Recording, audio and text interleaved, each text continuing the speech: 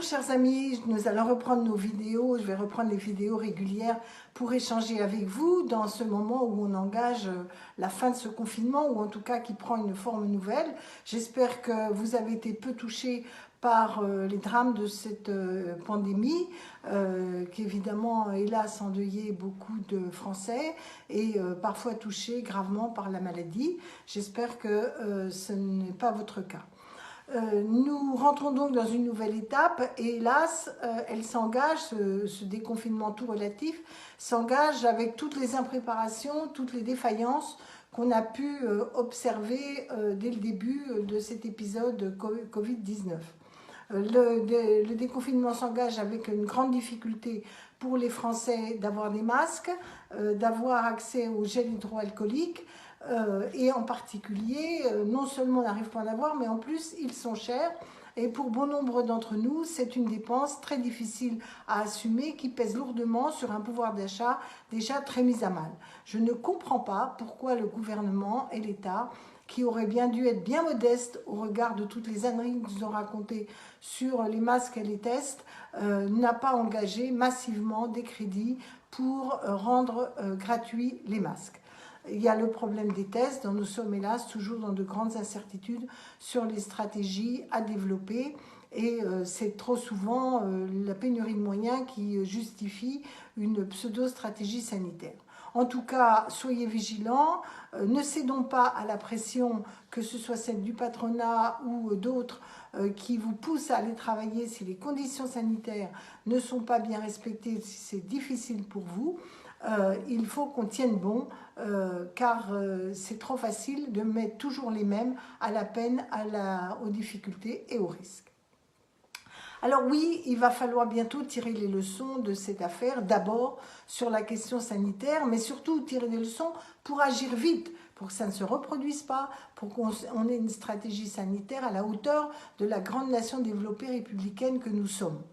Et donc, il va falloir, et je vais me battre au Parlement, pour que nous engagions tout de suite une programmation pluriannuelle de 3 ans, pas plus, pour remettre à flot l'hôpital public et notre système de soins et de santé, avec par ailleurs une structure sur la sécurité sanitaire qui doit être spécifique et qui doit être sous le contrôle du Parlement en rendant public sa stratégie, ses moyens et le déroulement de son action.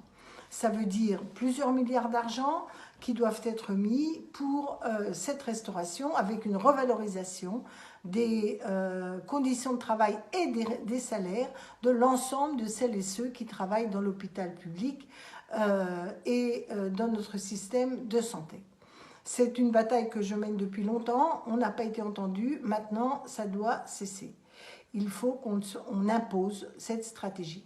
Or, rien n'est gagné, car on voit ressurgir tous les thèses libéraux qui se sont fait petits dans la période dramatique où tout le monde a vu l'échec de ces politiques, mais qui ressurgissent au motif « il va bien falloir rembourser la dette, on n'a pas tous les moyens, et les Allemands c'était tellement mieux, etc. » Bien sûr, il faut tirer des leçons de ce qui se passe ailleurs, mais notre système de santé était et peut redevenir extrêmement performant partout et pour tous.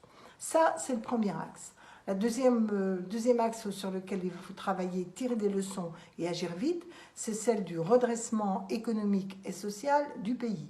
Redressement économique, relocalisation des activités, utiliser l'argent public pour soutenir des activités en France, mais aussi qui ont un intérêt majeur pour le pays en termes d'autonomie du pays, mais aussi en termes de transition écologique qu'il ne faut pas oublier.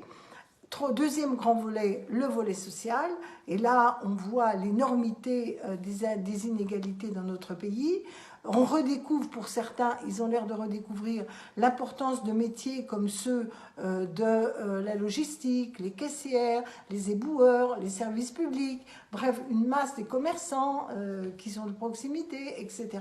Toute une série de métiers qui étaient évidemment assez méprisés par tous ces tenants du premier de cordée et qu'il est urgentissime de revaloriser. On a vu aussi la grande fragilité de toutes celles et tous ceux qui ne sont pas salariés et qui ont des très bas salaires, et en particulier tout ce travail précarisé dans nos priorités de la relance sociale, il doit y avoir la revalorisation de tous ces salaires et des outils pour lutter contre cette précarité partout où on le peut. Et là, il va falloir être courageux et rompre avec beaucoup des politiques passées. La question sociale, la question de la relance, on aura l'occasion d'en reparler. Mais la première des choses, c'est il faut arrêter cette réforme des retraites. 2, il faut arrêter la réforme sur l'assurance chômage et revenir au régime précédent. 3, il faut immédiatement revaloriser les salaires et en tout cas certains salaires ceux en bas de l'échelle, trouver des outils de déprécarisation et maintenir un chômage, le chômage à temps partiel, pour garantir que les entreprises ne licencient pas. Et au lieu de le mettre à 84%, je pense qu'on peut, pour les très bas salaires, le maintenir à 100%. Voilà, ça c'est les deux grands piliers. Mais il y a le dernier, et on aura l'occasion d'en reparler après, c'est la grande crise démocratique. Les néolibéraux ont imposé leur vue au détriment de l'intérêt général, avec des failles énormes qui fait que notre État est affaibli, notre État est bureaucratisé, notre État est technocratisé, notre démocratie ne fonctionne plus au point qu'on remet en cause les libertés dans un pays où ce n'est absolument pas indispensable d'y déroger. Donc le troisième pilier du rebond indispensable après cette crise, c'est le rebond démocratique. Reprenons le pouvoir.